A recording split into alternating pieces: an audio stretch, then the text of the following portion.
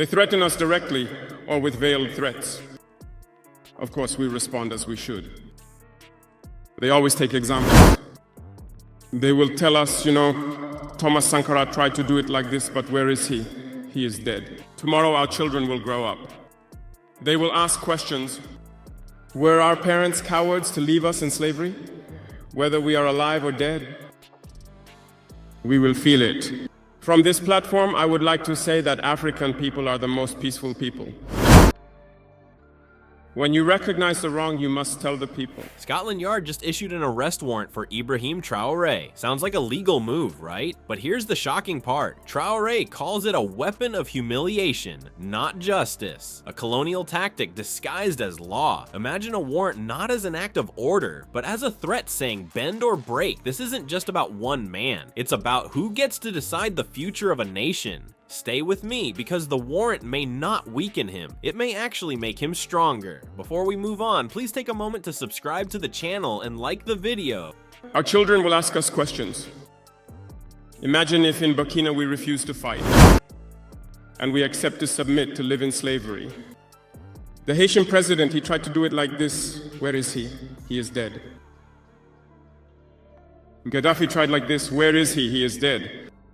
These are the veiled statements made to us to instill fear. What if a piece of paper wasn't about justice, but about domination? That is the unsettling question raised when Scotland Yard issued an arrest warrant for Ibrahim Traoré. To the outside world, this looks like a routine move within international law, a standard act that pretends to stand above politics. People hear the words arrest warrant and expect neutrality, expectation that law is blind, fair, and unshaken by the interests of nations. But Traoré has challenged that idea entirely, insisting that this was not justice in action, but humiliation disguised in legal language, a reminder of an old system that treats Africa less as an equal and more as a subject. Imagine a leader accused not for crimes that robbed his people, but for defiance against the usual order of things. That is the heart of why he calls this colonial overreach. It is not a new story. For decades, some African leaders promised autonomy, but in reality signed away mines, farmland, and energy resources. They did so without ever facing warrants, without ever being summoned into courtrooms in Europe. Their cooperation insulated them, which raises the question, why is this particular case different? The answer isn't found in the crime, but in the politics of refusing to yield. International law often carries the language of justice, but the weight of selective enforcement. On paper, it claims to serve all countries equally, but in practice, it often functions as a means of pressure. Legal instruments become bargaining chips, a soft form of coercion wrapped in the calm tones of procedure. One could imagine the warrant itself as a sword hidden inside a lawyer's robe, presented as reason but forged for control. This contradiction shines brightly when one compares the silence on exploitative mineral contracts, agreements that drained billions from African economies, with the sudden response when leaders resist such extraction. History holds many examples of how African leaders that aligned comfortably with Western interests rarely drew the gaze of courts. From the Cold War through structural adjustment programs, governments that sold oil and gold cheaply or opened their economies to foreign corporations were regarded as partners, not suspects. Contrast that with leaders who tried to reassert ownership over resources. Many faced destabilization campaigns, sometimes justified under the banner of law and security. It reveals a truth difficult to hide, that law in the international arena doesn't always guard morality, but often guards access. This action against Traoré speaks in silence as much as in words. It signals to other leaders across the continent, remain within the borders of approval or you will be targeted. The document becomes not just about one man, but a message sent down long corridors of power to anyone considering a different path.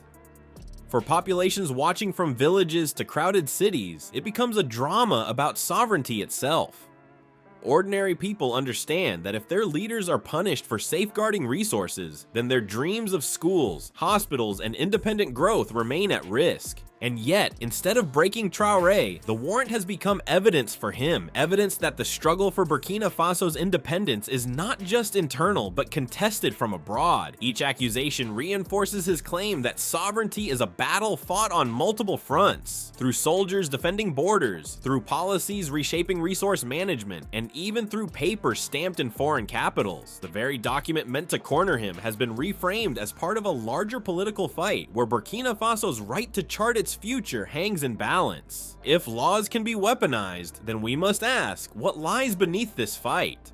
For Traoré, the answer has never been hidden. It points directly to the resources under Burkinabe soil, to the wealth of a nation, and to the destiny of people who refuse to be ruled by a pound sign thousands of miles away. If the warrant was meant to silence him, why did it echo louder than ever? What was supposed to be a chain around one man's future quickly became a rallying cry for millions. By standing before his people and declaring that this was not an attack against him, but against their right to exist as a sovereign nation, Traoré transformed a personal threat into a national cause. His words resonated because he did not speak like someone pleading for his own freedom. He positioned himself as a symbol, insisting that if one leader could be intimidated this way, then the independence of every African nation could also be placed in jeopardy. The intention behind the warrant was psychological as much as political. On the surface, it carried the authority of law, but underneath it was calculated to spread fear. By targeting Traoré, the message was clear. Anyone who resists the established order may find themselves isolated, cut off from allies, and branded as criminal rather than visionary. This is a tactic as old as empire itself, using legal and diplomatic tools to discipline not only a man, but an entire movement. Yet instead of crumbling under this attempt, the people of Burkina Faso saw in it the confirmation of their leader's struggle. The fear that was supposed to suffocate instead ignited discussion, debate, and renewed loyalty. What gave his rebuttal its force was the way he tied this paper threat directly to the tangible future of his people. He described sovereignty not in abstract terms, but in the wealth beneath the soil, wealth that holds the power to transform lives far beyond the mining pits. Gold is not only a glittering metal for markets. In his narrative, it becomes classrooms filled with eager students. Oil is not only fuel for industry abroad, it becomes clinics and hospitals offering care at home. Each natural resource he mentioned became a symbol of choice. Either they remain under the control of outside powers, or they are reclaimed for the prosperity of the nation.